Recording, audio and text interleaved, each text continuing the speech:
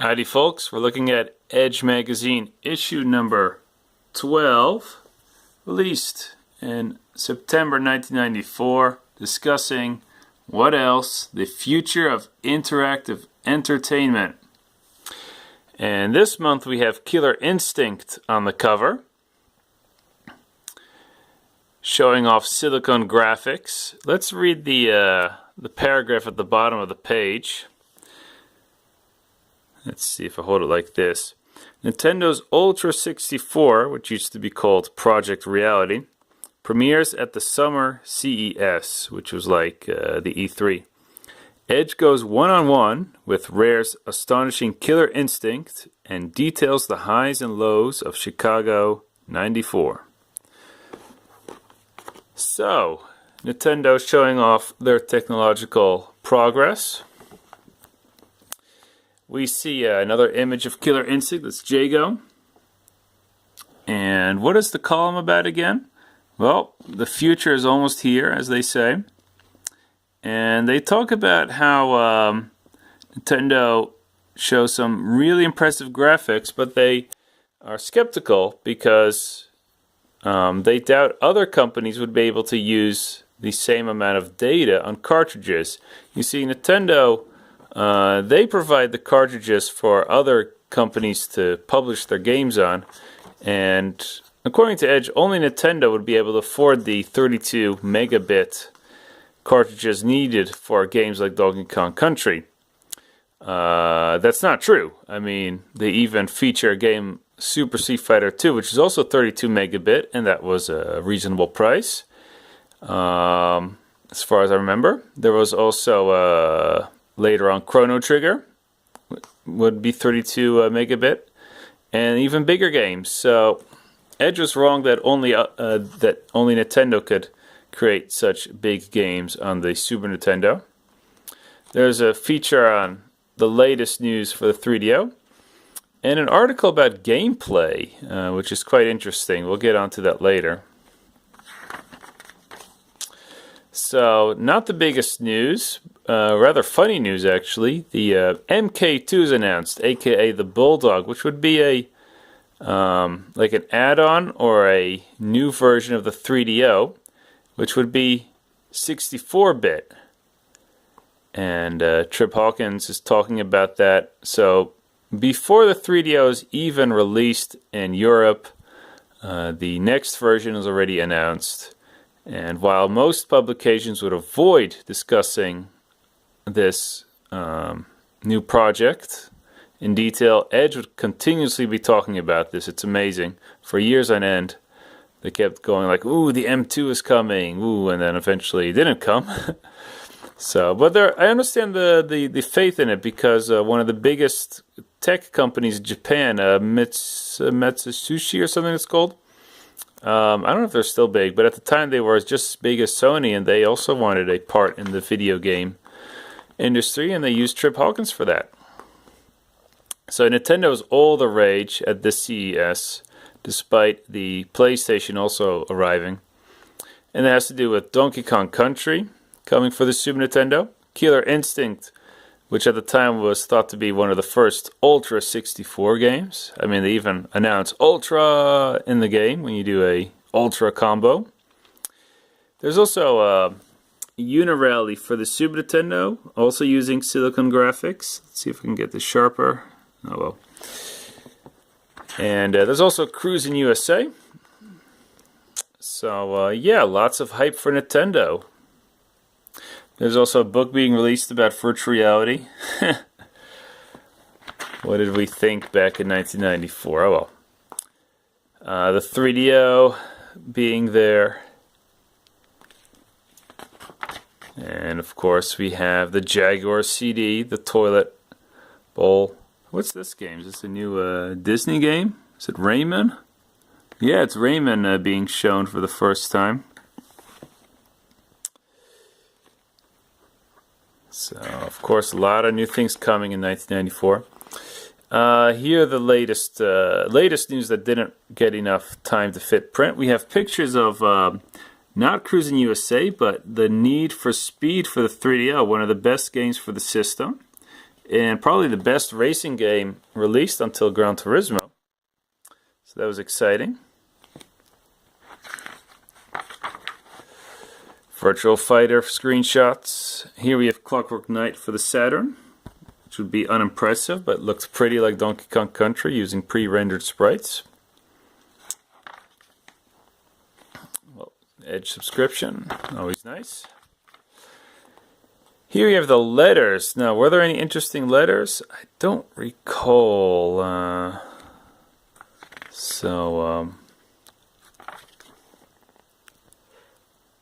Look at the image of Donkey Kong Country, of course not in-game. And a lot of talk about the systems as usual. Okay, let's go to the previews. Mortal Kombat 2 was going to be released for the Genesis and Super Nintendo. Very good conversions, especially the Super Nintendo version. So some nice talk about that. The Super Nintendo version would have all the gore of the arcade version. Sensible Software is discussed, and they had an interview a couple months ago, and now we see Cannon Fodder Part 2. I don't recall if this was much better than Part 1. And they also discuss Sensible Golf, which I've never heard of before, so it's probably not as good as Sensible Soccer. Iron Soldier for the Jaguar didn't get good reviews. It was a 3D game. The Jaguar wasn't very good at doing polygons. So it's some kind of robot game. Shoot things, destroy them. Dark Forces was a very good game using the Doom engine. You fought the evil empire. So you can see the Doom graphics.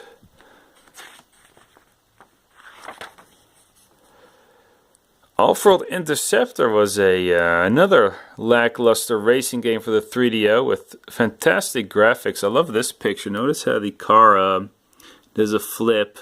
The car isn't totally pre-rendered. It's a sprite, just like a lot of other things in the game, but it's just still you can ride around in 3D.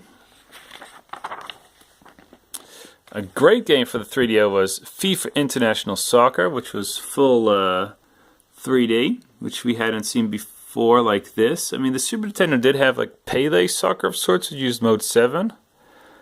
I don't know why that was it wasn't as popular as World League Basketball, aka NCAA Basketball, which was a very good basketball game on the Super Nintendo using Mode 7. So yeah, another good 3DO Electronic Arts game. Under a Killing Moon for the PC used a lot of full motion video. And this has a bit of a cult following, apparently, because the main character is a detective who has quite a lot of personality. And I believe it's a whole series of games. So here's the big one. Donkey Kong Country for the Super Nintendo. I think we've all played it once. This preview talks about how it's a lot like Super Mario World, and they're right. One thing I recently realized that the level design of Donkey Kong Country is very forward propelling. It's kind of steers you to the right the whole time, and I like how that works. Super Mario World is much more about discovering things. Donkey Kong Country is more about just going through the level, and you have levels like the cart mines and the barrel puzzles, which gave you that idea. Always moving forward in Donkey Kong Country. Part 2, Donkey Kong Country 2, was more about discovering things, and is usually seen as a better game because of that. So here's a funny essay. Edge had mostly been talking about technological advances, and this article goes 180 degrees and basically has the attitude that gameplay is everything, not technology. And they asked themselves, what makes a game good in terms of gameplay? So they describe a lot of things that we like. It's sort of like a manifesto. So they question, how often should you be able to save the game or use passwords? What are the rewards in games? And there are a lot of different answers.